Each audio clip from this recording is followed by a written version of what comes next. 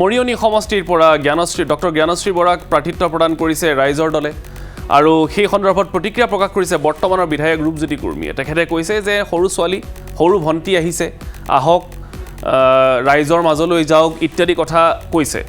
গতিকে ইতিমধ্যেই জ্ঞানশ্ৰী বৰাক আমি দেখিবলৈ পাইছোঁ তেখেতে ৰাইজৰ কাষলৈ যোৱা আৰম্ভ কৰিছে আৰু এই মুহূৰ্তত আমি সংযুক্ত হৈ আছোঁ ৰাইজৰ দলৰ প্ৰাৰ্থিত্ব প্ৰত্যাশী মৰিয়নি সমষ্টিৰ পৰা জ্ঞানশ্ৰী বৰাৰ সৈতে।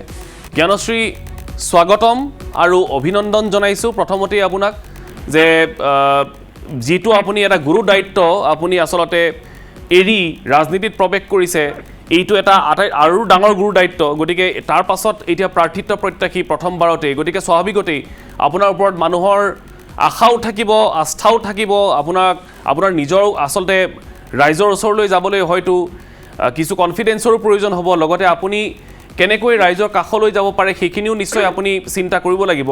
সেয়া যিয়েই নহওক, কিন্তু প্ৰথম প্ৰতিক্ৰিয়া ইতিমধ্যেই আপুনি প্ৰাৰ্থিত্ব প্ৰদান কৰিবলগীয়া সমষ্টিটোৰ বিধায়কজনৰ পৰা আহিছে। তেওঁ কৈছে সৰু ছোৱালী প্ৰথমতে শিকক ৰাইজৰ ওচৰলৈ কেনেকৈ যাব লাগে, নিৰ্বাচন কি ইত্যাদি ইত্যাদি। আপোনাৰ প্ৰথম প্ৰতিক্ৰিয়াটো কি জ্ঞানশ্ৰী? হয়, আমি অসমীয়া মানুহ হিচাপে আমি সদায় অগ্ৰজক সেৱা লওঁ, আশীৰ্বাদ লওঁ। তেখেত মোতকৈ অগ্ৰজ, গতিকে মই আজিৰ দিনটোত তেখেতৰ পৰা আশীৰ্বাদেই বিচাৰিছোঁ, তেখেতৰ শুভাশীষ বিচাৰিছোঁ। দীৰ্ঘদিন ধৰি তেখেতে সমষ্টিটোৰ জনপ্ৰতিনিধি হিচাপে কাম কৰি আহিছে, তেখেতৰ মাতৃও আছিলে। গতিকে যিখিনি কাম তেখেতে কৰিব নাই পৰা বা যিখিনি কামৰ সপোন ৰাইজে দেখিছে সেইখিনিৰ ক্ষেত্ৰতো অনাগত দিনত যাতে মই ৰাইজে আশা কৰাৰ দৰে কাম কৰিব পাৰোঁ, বিধানসভাৰ মজিয়াত যিখিনি কথা উত্থাপন কৰিব বুলি এজন মৰিয়নিৰ জনপ্ৰতিনিধিৰ পৰা ৰাইজে আশা কৰে, সেইখিনি যাতে মই সাজোৰে উত্থাপন কৰিব পাৰোঁ, সমস্যাৰ সমাধানৰ বাটবোৰ বিচাৰি উলিয়াই বিধানসভাত প্ৰকৃত জনপ্ৰতিনিধি এজনৰ দৰে মাত মাতি সমস্যাৰ বাটবোৰ মুকলি কৰিবলৈ চেষ্টা কৰিব পাৰোঁ, তাৰ বাবে তেখেতে মোক আশীৰ্বাদ দিব বুলি আশা কৰিছোঁ। জ্ঞানশ্ৰী, এতিয়া গুৰু দায়িত্ব আহি আছে, এতিয়া নিশ্চয়কৈ আপোনাৰ ওপৰত বহুখিনি কথাই নিৰ্ভৰ কৰিব আৰু বহুখিনি কথা আপুনিও চালি জাৰি চাব লাগিব সমষ্টিটোৰ বিষয়ে। মৰিয়নি সমষ্টিৰ ৰাইজৰ কাষলৈ যাবলৈ আপুনি কেনেধৰণে সাজু হৈছে? হয়, আজি মই প্ৰথম আহিছোঁ।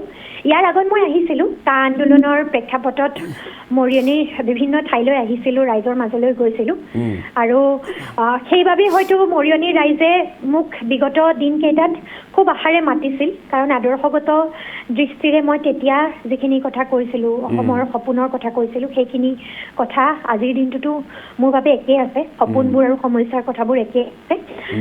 মৰিয়নিবাসী ৰাইজে বিগত সময়ৰ একেটা পৰিয়ালৰ ব্যক্তিকেই এবাৰ বিধানসভাৰ মজিয়ালৈ পঠিয়ালে, কিন্তু সমস্যাবোৰ সমস্যাই হৈ আছে। আজিৰ দিনটোতো ইয়াত মানুহে বিশুদ্ধ খোৱা পানীৰ ব্যৱস্থা পোৱা নাই, যিটো এটা অতি ভয়ংকৰ কথা। আজিৰ দিনটোতো ইয়াত বহু মানুহৰ মাটিৰ পট্টা নাই। চাহ শ্ৰমিকসকলৰ মজুৰি বৃদ্ধিৰ প্ৰসংগটো বিধানসভাত যিদৰে তেখেতৰ পৰা আমি সাজোৰে উত্থাপন হ'ব বুলি ভাবিছিলোঁ, হোৱা নাই। তেখেতসকলৰ জীৱনশৈলী সলনি হোৱা নাই।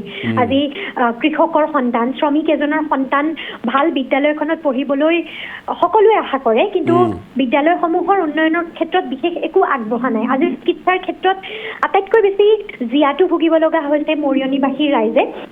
আজি ইয়াত যিটো প্ৰাথমিক চিকিৎসা কেন্দ্ৰও আছে সেয়া উন্নত মানদণ্ডৰ নহয়। মৰিয়নি টাউনখনৰো যি উন্নয়ন হ'ব লাগিছিল বিগত সময়ত হোৱা নাই। যান জঁটৰ সমস্যা, কোনো দিশেই আচলতে টাউনখন উন্নত হৈ উঠা নাই। ইয়াত আমাৰ গিবন অভয়াৰণ্য আছে, কিন্তু গিবন অভয়াৰণ্যৰ মাজত ইলেক্ট্ৰিক ট্ৰেইন আচলতে ৰেল লাইন দিয়া হৈছে, যাৰ বাবে বহু গিবন মৃত্যুমুখত পৰিব লগা হৈছে। তাক আমি সংৰক্ষণ কৰি তাক আমি আচলতে কাজিৰঙাৰ দৰে যিদৰে এটা পৰ্যায়লৈ লৈ যাব পাৰোঁ, তাক লৈ কোনো পৰিকল্পনা নাই। নাগালেণ্ডৰ পৰিসীমাত থকা ইতিমধ্যে বহু পৰিমাণে দখল কৰা হৈছে, তেখেতকো এবাৰ খেদা হৈছিলে তাৰ পৰা।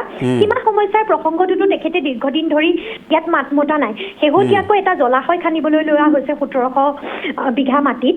আচলতে বহু পশুপালক আছে, মৎস্যপালক আছে, যিসকলৰ জীৱন জীৱিকা সেই মাটিখিনিৰ ওপৰত, সেই অঞ্চলটোৰ ওপৰত নিৰ্ভৰশীল। তেখেতসকলে দীৰ্ঘদিন ধৰি সংগ্ৰাম কৰি আছে, কিন্তু বিধায়ক হিচাপে তেখেতে NOC-খন নিদিয়া হ'লে, ৰাইজৰ পক্ষত থাকি সমস্যাবোৰ বুজ লোৱা হ'লে হয়তো তেখেতসকলে মৰিয়নিবাসী ৰাইজে আজি প্ৰতিবাদ কৰিব লগা নহ'লেহেঁতেন। আজি ৰাইজে প্ৰতিবাদ কৰিবলৈ হৈছে। গতিকে মাটিৰ সমস্যা, বানপানীৰ সমস্যা, পত্ৰাৰ সমস্যা, ইয়াত এখন ভাল পশু চিকিৎসালয় বহুত নাই, অথচ পশুপালক বহুত আছে।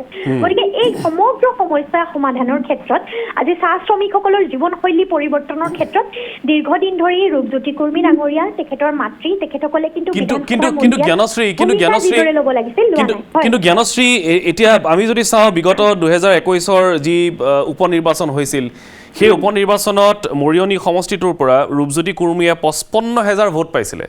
55,000 ভোট কংগ্ৰেছৰ যিগৰাকী লোহিত কোঁৱৰ আছিল তেখেতে পাইছিলে 15,000 আৰু ৰাইজৰ দলৰ খুব সম্ভৱ সঞ্জীৱ গগৈ খেলিছিল, তেখেতে পাইছিলে 15,000। গতিকে আপুনি কি ভাবে যে এইবাৰো মৰিয়নি সমষ্টিয়ে অভিজ্ঞতাকেই বাছনি কৰিব নে এইবাৰ নতুন এগৰাকী নেত্ৰীক সুযোগ দিব? মই মোৰ কথাখিনি ৰাইজৰ মাজলৈ লৈ যাবলৈ বিচাৰোঁ। দীৰ্ঘদিন ধৰি ৰূপজ্যোতি কুৰ্মী ডাঙৰীয়াক মৰিয়নিবাসী ৰাইজে যথেষ্ট মৰম আৰু ভালপোৱা দিছে। এইটো আচলতে খুব সৌভাগ্যৰ কথা তেখেতৰ বাবে। কিন্তু সমান্তৰালভাৱে তেখেতে ৰাইজক বিশ্বাসঘাতকতাও কৰিছে। তেখেত কংগ্ৰেছৰ পৰা জয়ী হৈ বিজেপিলৈ গ'লগৈ।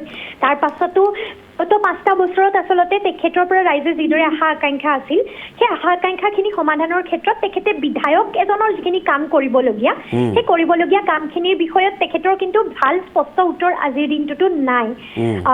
বিয়া সবাহ খাই, লগুণ দিয়নি বা সুধি খাই তেখেতে জনসম্পৰ্ক এটা ৰাখিছে। কিন্তু কথাটো হ'ল যিসকল শ্ৰমিকক তেখেতে প্ৰতিনিধিত্ব কৰে, সেই শ্ৰমিকসকলৰ সন্তানৰ জীৱনশৈলী উন্নত হ'বলৈ তেওঁলোকে আমেৰিকা, ইংলেণ্ডলৈ যাবলৈ সপোন দেখিব পাৰিব লাগিব, ভাল প্ৰফেশ্যন এটাত যাব পাৰিবলৈ সপোন দেখিব লাগিব। তাৰ বাবে আমাৰ চৰকাৰী বিদ্যালয়সমূহ ভাল হ'ব লাগিব। ৰাস্তা ঘাট এতিয়াও বোকা। ঘৰত কাৰোবাৰ কিবা এটা চিকিৎসাৰ সমস্যা হ'লে মানুহ ইখন হস্পিটেলৰ পৰা সিখনলৈ দৌৰিব লগা আজিও হৈ আছে। গতিকে তেখেতৰ পৰিয়ালৰ বাবে সুযোগ আছে। তেখেতসকল ধনী মানুহ, তেখেতসকলৰ কিবা এটা অসুবিধা হ'লে নিশ্চয়কৈ তেখেতে প্ৰাইভেটত লৈ যাব পাৰিব, প্ৰাইভেটত সন্তানক পঢ়ুৱাব পাৰিব। কিন্তু শ্ৰমিকসকলে পাৰিবনে? কৃষকসকলে পাৰিবনে? আজি মৰিয়নি টাউনখনৰ যিদৰে উন্নয়ন হ'ব লাগিছিল, এইখিনি ক্ষেত্ৰত কিন্তু হোৱা নাই। গতিকে মই এই সমস্যা বাট পথেই নাই। আজি বৰষুণ এজাক দিলে বহুত পঞ্চায়তত এনে আচলতে ৰাস্তা আছে য'ত আজিৰ দিনটোতো বৰষুণ এজাক দিলে মানুহ খোজকাঢ়িব নোৱাৰা এটা অৱস্থা হয়। মাটিৰ পট্টা দীৰ্ঘদিন ধৰি বহু ৰাইজে আন্দোলন কৰি আছে, সংগ্ৰাম কৰি আছে, পোৱা নাই। সীমা সমস্যাই বহু মানুহক জীয়াতু ভুগিবলৈ বাধ্য কৰিছে, নিৰাপত্তাহীনতাত ভুগিছে নগৰ আগ্ৰাসনত। এই ক্ষেত্ৰতো বিধানসভাত সবল কণ্ঠ নাই। গতিকে চাহ শ্ৰমিকসকলৰ, তেখেতসকলৰ জীৱন যাপন বহু কষ্টকৰ। আমি বিচাৰোঁ যে তেখেতসকলৰ মজুৰি দৈনিক অন্ততঃ ন্যূনতম 500 টকা হওক।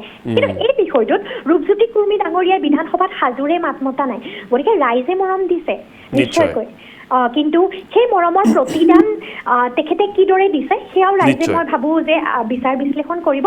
আৰু মোৰ কামটো হ'ল কাম কৰা। মই ৰাইজৰ মাজলৈ আজি আহিছোঁ। মই অনাগত দিনত মই নিজৰ 100% দি কাম কৰিম। আৰু মই প্ৰতিশ্ৰুতি দিব পাৰোঁ যে যিদৰে মৰিয়নিৰ পৰা ওলাই যোৱা অখিল গগৈয়ে শিৱসাগৰ সমষ্টিৰ বিষয়ে প্ৰত্যেকটো দিনত মাত মাতিছে, বিধানসভাত আজি সদায় মাত মাতোতে যিদৰে অসমে শিৱসাগৰক ধন্যবাদ জনাইছে, শিৱসাগৰবাসীৰে গৌৰৱেৰে ক'ব পাৰে বা মৰিয়নিবাসীৰে গৌৰৱেৰে ক'ব পাৰে যে এইজন আমাৰ সন্তান, তেওঁ মাত মাতে। আৰু অসমৰ সকলো ৰাইজে ভাবে যে আমাৰ বিধায়কজনেও এইদৰে মাত মাতিব। মই মাত মাতিম। সমস্যাবোৰ সমাধানৰ বাবে যোন আচল প্লেটফৰ্ম বিধানসভাৰ মজিয়াৰ ভিতৰত আৰু প্ৰয়োজনত বাহিৰতো মই সমস্যাবোৰ সমাধানৰ বাবে মাত মাতিম আৰু সঁচা অৰ্থত সমস্যা সমাধানৰ প্ৰয়াস কৰিম। এইখিনি সিদ্ধান্ত ৰাইজৰ। আমি আপোনাক অভিনন্দন জনাইছোঁ আৰু শুভেচ্ছা জনাইছোঁ। আকৌ এবাৰ এটা আপোনাৰ জীৱনৰ নতুন যাত্ৰা আৰম্ভ হ'বলৈ গৈ আছে। গতিকে সেই যাত্ৰাটোলৈ আপোনাৰ যিখিনি আপুনি আশা কৰি গৈছে আচলতে সেইখিনি সফল হওক। অনাগত দিনত নিশ্চয় ৰাইজে সিদ্ধান্ত ল'ব আচলতে তেওঁলোকৰ প্ৰতিনিধি কোন হ'ব। কিন্তু ধন্যবাদ জ্ঞাপন কৰিছোঁ অলপ সময় দিয়াৰ বাবে। এয়া আছিলে জ্ঞানশ্ৰী বৰা। তেখেতে স্পষ্টকৈ কৈছে যে কথাখিনি কেনেকুৱা হ'ল, কেনেকুৱা নহ'ল বা কি আশা কৰি তেখেতে মৰিয়নি সমষ্টিলৈ যাবলৈ সাজু হৈছে। এতিয়া আহিছোঁ পৰৱৰ্তী খবৰৰ মাজলৈ।